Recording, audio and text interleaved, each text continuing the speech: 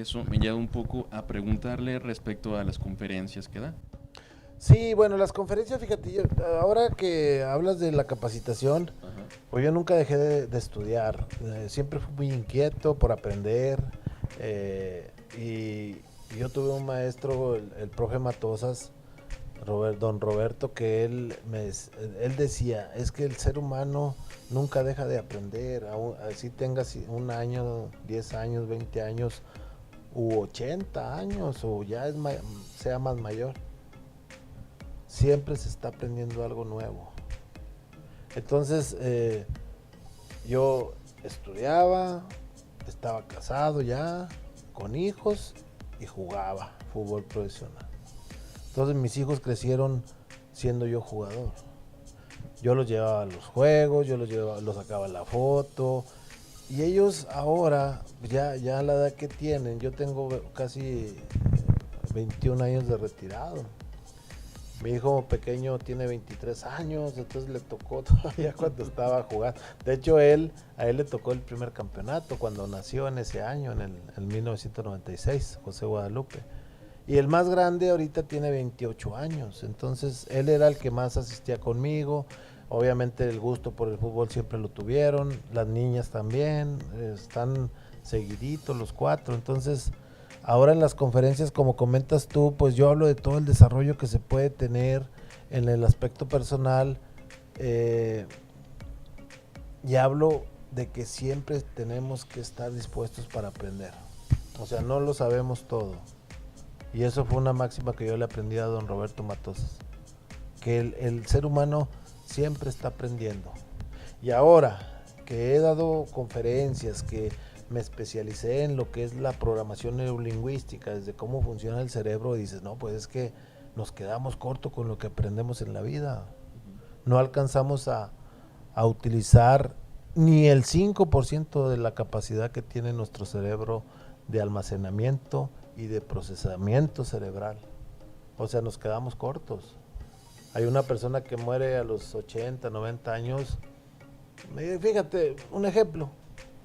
Einstein, un genio de la física, matemático. Se calculó que el uso de sus neuronas, el sistema neurológico, alcanzó un 7% de la capacidad. ¿Cómo andaremos algunos de nosotros? O sea, de la totalidad de la corteza cerebral. Eso es algo muy interesante, que siempre estamos aprendiendo. Entonces, a eso me enfoco yo con lo que es el desarrollo personal, que a veces nosotros mismos, nuestras mismas limitantes están dentro de nosotros, en los pensamientos que tenemos. Entonces, eso es lo que he aprendido. Y luego me preguntan a mí, bueno, ¿cómo llegó a destacar un joven de Gómez Palacio en el fútbol profesional? Siendo de Gómez Palacio. Oh, Pablo. Sí. O sea, el otro día di una conferencia ahí en la escuela donde estuve, en el CETIS 47, y eso les decía a los jóvenes, digo, ustedes no saben la capacidad que tienen para ser creativos, para hacer cosas, para alcanzar sus sueños, para tener lo que quieran en la vida. Eso es lo que les digo. Ustedes pueden tener lo que quieran. Sálganse de su zona de confort. Rompan paradigmas. Fíjate, un paradigma es algo que te limita. Se han roto muchos paradigmas. El ser humano pues, se ha ido hasta la luna. O sea, hay grandes capacidades, hay grandes talentos en todos lados. En la ciencia, en la educación, en la política, en el deporte. O sea, eso yo lo he comprobado y digo, yo sé por qué, por cómo funciona el cerebro. O sea, el cerebrito está ahí para usarse, hay que usarlo. Sí, y es que también, bueno, hablando de esos paradigmas y de ese sentido de la sociedad, el entorno en el que viven, pues hasta sí. cierto punto, vaya, afecta, claro que afecta. Entonces crecen con esas barreras que le imponen la sociedad o ellos mismos a través de, bueno, es que yo estoy aquí, yo veo esto, pues no puedo, tengo que dedicarme a otra cosa para poder salir. Es que crecemos con el no puedo, no puedes, y ahí vas programado a no poder. Sí, lo que no nos dicen desde el principio, Exacto. porque pues la vida no viene con una guía, es que pues, las cosas verdaderamente increíbles no se hicieron siendo realistas, o sea, Exacto. fueron más allá. Sí, o sea, eso es lo que conlleva a un desarrollo constante, a una mejora continua y a una transformación de pensamiento, o sea, de no limitar tu mente, o sea, porque al final el cerebro, lo que es la mente en sí, es lo que te puede ser tu mejor enemigo o mejor amigo, o sea, cualquiera de las dos, de acuerdo a del tipo de pensamientos que generas, del tipo de pensamiento que estás teniendo en el momento. O sea, tú dices, bueno, ¿cuál es la diferencia entre una persona que tiene éxito y una persona ahí del promedio que fracasa, vamos a suponer, ¿no? Porque son términos que manejamos. ¿Cuál es la diferencia? El proceso cerebral, así, tal cual. Y es que hay muchas personas que le tienen miedo a fracasar. Sí, pero pues es que así aprendiste. No, que al no, y luego de repente hacías algo y luego no te la crees, porque dices, no, es que yo estoy menso. Entonces, me salgo del esquema y es donde hay incomodidad por todos esos patrones de pensamiento que nos han inculcado, como nos han educado. La educación tradicional es limitante. O sea, llegas a una escuela cuando estás jovencito, cuando estás niño y tienes que hacer lo que diga la maestra o el maestro. Tiene que ser así. ¿Quién dijo? Sí, vas aprendiendo. Sí, pero hay modelos de educación que son exitosos y que te hacen a la gente creativa, con un nivel de pensamiento superior y no limitado. Hay modelos, obviamente, como hay varios que, digo, Jean Piaget fue el que desarrolló los niveles de educación o los niveles educativos, de cómo el niño va aprendiendo, de cómo va absorbiendo todo lo que está en su entorno. Entonces ahí es donde dices, bueno, ¿cómo aprendemos? ¿Cómo aprendemos? Bueno, enseñando. Yo he aprendido mucho enseñando. Aprendes enseñando, Ajá. pero ¿cuál es el proceso de aprendizaje? La práctica. Sí, pero ¿qué? ¿Cómo aprende el cerebro? A través de los sentidos. Las grabaciones son en imágenes, en sonidos, en sensaciones. Es decir, los 5 sentidos, los 5, gusto, tacto, olfato, vista y oído. Así el cerebro va formando las conexiones neuronales. Va aprendiendo en imágenes, en sonidos y en sensaciones. Entonces, obviamente hay preferencia en cada persona. Sí. A lo mejor uno le gusta más ver, al otro escuchar y al otro sentir. Y es una combinación de los tres, pero hay una preferencia de cada sentido, o vamos a decir del proceso cerebral, que es como aprendemos. Entonces, ahí está la clave para aprender. Y ahí es como enseñamos. Y obviamente nosotros tenemos también patrones conductuales que aprendimos. Y ahí va siguiendo la seguidilla, ¿va? Ahí está la seguidilla. Modelos de conducta, papá a hijo, mamá a hija. Y inconscientemente lo aprendemos. Pero es por como dices tú, la repetición, enseñar, también así aprendemos. Pero si un ejemplo, si aprendemos hacer algo y lo hacemos mal, lo volvemos a hacer igual, pues lo aprendiste a hacer mal. O sea, equivocadamente. Entonces, ya los adultos lo que necesitamos luego es desaprender, sí, para volver a aprender.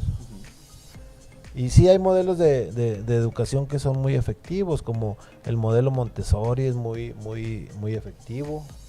Dice, no, es que los haces muy rebeldes, los haces independientes, los haces investigadores. En ese modelo estás aprendiendo con todo lo que hay en el salón. El modelo de Baldor también, un modelo alemán que es muy bueno, que se utiliza colores, utiliza todo lo que son los sentidos. Y el niño disfruta su aprendizaje. En ese modelo Baldor, el niño empieza a leer hasta los 8 años. Hasta los 8 años. Así es como hasta los 8 años. Bueno, cuando muda los dientes, ahí es la seña para aprender a leer. Antes no. Entonces dicen, no, ¿cómo mi hijo apenas va a tener 8 años y ya no sabe leer? Imagínate todo lo que es la parte frustrante de un papá que ve a sus amiguitos de sus hijos que a los 4 o 5 años ya están leyendo. Y luego que no, acá hasta los 8. Sí, pero empieza a leer y ya no para, ya no para de leer. O sea, el nivel de pensamiento se eleva. Y ahí es donde se hacen independientes, hacen sus propios cosas. Y luego en un tema también ecológico, de equilibrio. O sea, hay muchas cosas que no sabemos, hay muchos modelos que están ahí disponibles. Obviamente, pues estamos en un esquema también de convencionalismos sociales, entonces nos vamos con lo que va la sociedad. Y eso romperlo cuesta. De hecho, esa era mi siguiente pregunta, ¿cómo romper eso? Exacto, pues cambiando. Cambiando acá. Pero hay gente que quiere cambiar, pero no sabe cómo. O sea, no, es que yo tengo un ejemplo en familia, un programa, una programación, una conducta, y luego va repitiendo los patrones. El ser humano es modelador, o sea, sigue modelos. Entonces, fíjate, lo vemos en el fútbol, en el deporte profesional. Vemos a un tipo X, o sea, en el fútbol, en el deporte. Lo ves todo tatuado. ¿Qué hacen los chavos? Se quieren tatuar. Uno que trae arete. O sea, ahí anda con el aretito. O sea, porque es su ídolo, porque lo admira. Porque, sí, claro. Fíjate, yo tuve un modelo en el deporte cuando yo iniciaba en el 85, 84. De hecho, desde que estaba joven, chavillo, ahí jugaba en el barrio, y a mí siempre el modelo fue ese señor que está ahí. Y después jugué contra él. El mejor jugador que ha tenido México. Hugo Sánchez. Ahí está. Y yo lo veía, yo lo admiraba, porque él fue un tipo que se sobrepuso a la adversidad y con un convencimiento, con una disciplina, y triunfó en Europa por eso. Cuando regresa de Europa lo tachaban de mamilas, de sangrón, y eso fue lo que le hizo triunfar en Europa. En la confianza de él, la autoestima que tenía, la mentalidad que tiene, la mentalidad, rompió paradigmas. ¿Y de qué manera? ¿Y de qué manera? O sea, cuando él se va en el 80 y tantos, 1980 y tantos, pues allá llegó, le ayudó un directivo de Pumas y lo manda a Europa, a España, al Atlético de Madrid, y él se aferró. Dice, yo quiero jugar en Europa. Y hubo gente que le ayudó. Y otra gente le atacó, ¿verdad? Lo atacó. Pues triunfó el señor. Primer año. Nadie lo quería.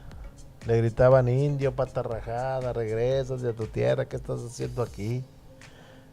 Callado, trabajando. El siguiente año, 2 años, el segundo año en el Atlético, campeón goleador. ¿Quién lo vio? Real Madrid. Real Madrid tiene lo mejor del mundo. No, yo quiero a Hugo. Y se lo llevó al Real Madrid. Lo compró y ahí fue 4 veces campeón de goleo. Completó 5 pichichis. un mexicano de allá de la Ciudad de México.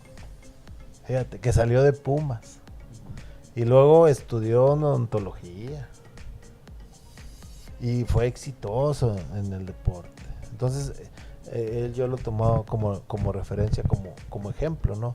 Y bueno, me tocó jugar, me tocó marcarlo cuando estuvo en el América, acá, en México. Y es un ejemplo, o sea, digan lo que digan, las poses que tenga, él es ejemplo para los mexicanos. Entonces, te digo, somos modelos y somos modeladores. O sea, el ser humano, alguien lo modela. Un papá, los hijos lo modelan. O sea, así es como vamos aprendiendo también, modelando. De hecho, ahorita platicando un poco y haciendo referencia a Hugo Sánchez, era también otra de mis preguntas. ¿Cuáles eran tus modelos como jugador y como directivo? Sí, mira, te dije de don Roberto Matosas, un tipo extraordinario, con una mentalidad extraordinaria, con una avidez por aprender. De hecho, aquí estuvo y lo que me gustó de él fue su actitud ante la gente. O sea, ante nosotros que éramos sus entrenados, me acuerdo cuando llegó y lo presentaron, dijo: jóvenes, yo van a decir que estoy loco porque vengo a un equipo que va en último lugar. En aquellos años pues nos costaba quedarnos en la división, nunca descendimos. Pero yo recuerdo cuando llegó un día en la tarde, lo presentaron ahí en el Estadio Corona Antiguo y dice: yo vi una característica en ustedes, que por eso decidí venir aquí. Tienen garra.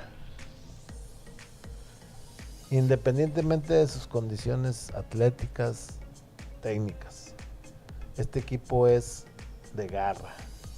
Y eso fue lo que le llamó la atención.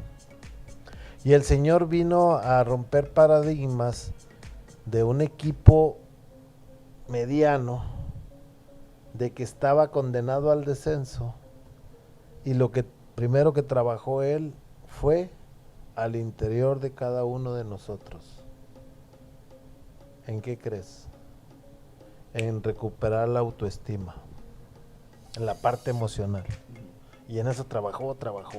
No dejábamos de trabajar en la cancha, trabajábamos doble turno, en la mañana y en la tarde, nos despertaba temprano, entrenábamos 2 veces, a las 7 de la mañana, a las 3 de la tarde, y luego también nos íbamos al salón de clases con él. O sea, fue un maestro.